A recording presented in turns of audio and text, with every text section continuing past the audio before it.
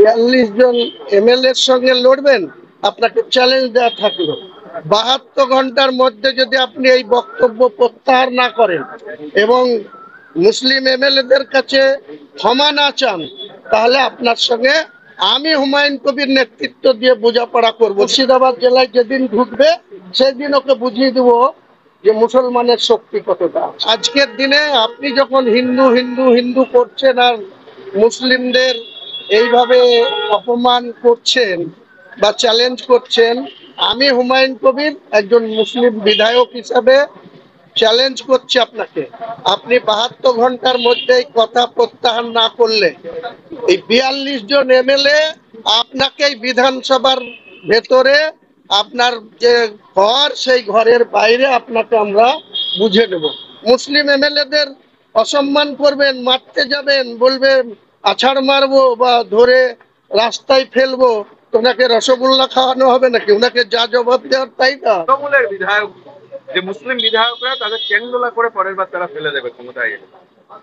দেখুন, শুভেন্দু অধিকারী বিধানসভার অনারেবল বিরোধী দলনেতা, এনার সীমা লঙ্ঘন করা মোটেই উচিত না। উনি নিজেকে এত শক্তিশালী ভাবছেন। আমি শুভেন্দু অধিকারীকে 72 ঘন্টা সময় দিচ্ছি, যে গতকাল আপনাদের সামনে যে আস্ফালন করেছে, যে মুসলিম এমএলএদের তিনি বিধানসভা থেকে চাংদোলা করে তুলে এনে রাস্তায় ফেলে দিবেন বা রাস্তায় আছাড় মারবেন, কি বলেছেন উনি ভালো বলতে পারবেন।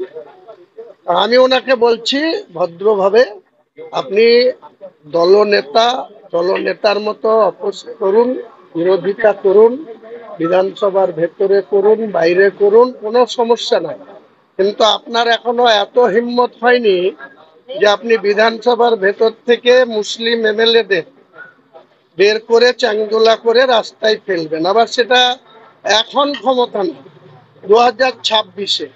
2026-এ আমি আমার দৃঢ় বিশ্বাস আপনি আজকের দিনে যে 66 স্ট্রেংথ আপনার আছে, সেই সংখ্যাতেও আপনি 2026-এ পৌঁছাতে পারবেন না, আপনার দলও পৌঁছাতে পারবে না, আপনিও আপনার নেতৃত্বে আপনি যেখানেই লড়বেন আপনি জিতবেন, সেটা হতে পারে, কিন্তু আপনার সংখ্যাটা ওই 77-এও আর যাবে না 2021-এর মতো।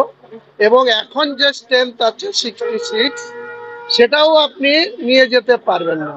আর আজকের দিনে আপনি যখন হিন্দু হিন্দু হিন্দু করছেন আর মুসলিমদের এইভাবে অপমান করছেন বা চ্যালেঞ্জ করছেন, আমি হুমায়ুন কবির একজন মুসলিম বিধায়ক হিসাবে চ্যালেঞ্জ করছি আপনাকে। আপনি 72 ঘন্টার মধ্যে এই কথা প্রত্যাহার না করলে এই 42 জন এমএলএ আপনাকে বিধানসভার ভেতরে আপনার যে ঘর সেই ঘরের বাইরে আপনাকে আমরা বুঝে নেব। আপনি পারলে 66 জন নিয়ে আমার মোকাবেলা করবেন। আপনি হয় প্রত্যাহার করুন এই কথা, তা না হলে আপনি কত বড় হিন্দু হয়েছেন আর আমরাও মুসলমান, কারো কাছে কোনোদিন আত্মসমর্পণ করেনি। 1446 বছর আগে আমাদের শেষ নবী মোহাম্মদ মুস্তফা সাল্লাল্লাহু আলাইহি সাল্লাম জিহাদ কাকে বলে, বদরের যুদ্ধে 3000 লোক নিয়ে 13,000 লোকের মোকাবেলা করে এই ইসলামকে প্রতিষ্ঠিত করেছে বিশ্বের দরবারে। আর আপনি তো কোন ছাড়, আপনি এখানে পবিত্র বিধানসভায় 42 জন এমএলএর সঙ্গে লড়বেন, আপনাকে চ্যালেঞ্জ দেওয়া থাকলো 72 ঘন্টার মধ্যে যদি আপনি এই বক্তব্য প্রত্যাহার না করেন এবং মুসলিম এমএলএদের কাছে ক্ষমা না চান, তাহলে আপনার সঙ্গে আমি হুমায়ুন কবির নেতৃত্ব দিয়ে বোঝাপড়া করব। দেখি আপনি কতটা কেন্দ্রীয় ফোর্স নিয়ে আমাদের মোকাবেলা করতে পারেন। সে সময় কথা বলবে, উনি তো অনেক কিছুই বলছেন, পাগলের প্রলাপ প্রতিদিন শুনছি আমরা। তো বললাম তো 77-এ গিয়েছিল, 200-র স্বপ্ন দেখিয়েছিল গোটা ভারতবর্ষের। বিজেপির নেতাদের বলেছিল 200 দখল করবে, হয়েছিল কটা? 77। তার মধ্যে দুটো পার্লামেন্টের মেম্বার ছিল, রানাঘাটের জগন্নাথ সরকার আর একজন পরাজিত এমপি নীতিশ প্রামাণিক, তখন অমিত শাহজির ডেপুটি ছিলেন। তো তিনিও জিতেছিলেন, রিজাইন দিয়েছিলেন। পরে সেই সিটে আমাদের উদয়ন গ্রহ কত ভোটে জিতে এসেছিল আপনারা জানেন। যে মেন বুঝে নিয়ে বলতে, উনি যদি এই সমস্ত কথা বলে মনে করেন যে ওনার কাছে 22-24 জন কেন্দ্রীয় ফোর্স আছে, যা খুশি তাই করে যাব, আমরা 42 জন ওনার সঙ্গে বুঝে নেব উনি কতটা শক্তি ধরেন, আমাদেরকে চাঙ্গুলা করে বার করবেন, আর ওনাকে ওখানে কিভাবে খুশে দিব সেটাই বোঝাপড়াটা হবে। হ্যাঁ, না না, হয়তো 72 ঘন্টা সময় দিলাম। উনি কত বড় মাতব্বর, আর তারপরে যদি উনি এখানে বেশি এরকম করেন, আমি পরবর্তীকালে 72 ঘন্টা পরে যদি ক্ষমা না চাই, তাহলে আবার যা বলার বলবো।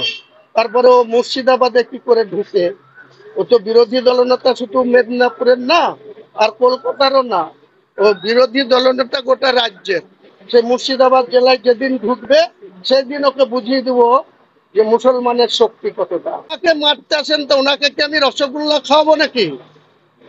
উনি যখন মুসলিম এমএলএদের অসম্মান করবেন, মারতে যাবেন, বলবেন আছাড় মারবো বা ধরে রাস্তায় ফেলবো, তো ওনাকে রসগোল্লা খাওয়ানো হবে নাকি? ওনাকে যা জবাব দেওয়ার তাই দেওয়া হবে। সেটাই হচ্ছে বুঝে নেওয়া। হ্যাঁ, ঠুসে দেওয়া, ঠুসে। উনি তো আছাড় মারবো বলে আমি ঠুসে দেবো একদম। উনি যদি দেখাতে পারেন 100 বার অলওয়েজ, আমি হুমায়ুন কবির ওনাকে বলবেন 2016 সালে উনি তৃণমূলের এমপি ছিলেন, জেলার অবজারভার ছিলেন। 17ই জানুয়ারি 2016 রেজিনগরে গিয়েছিল মস্তানি দেখাতে, মস্তানি ওর ঘুচি গিয়েছিল। ওখানে বক্তৃতাই করতে দেয়নি, চোরের মতো পালিয়ে এসেছিল ঢাকা থেকে নেমে কৃষ্ণনগর সার্কিট হাউসে বসে দিদিকে বলেছিল আর যাই করো দিদি, হুমায়ুন কবিরকে টিকিট দেওয়া যাবে।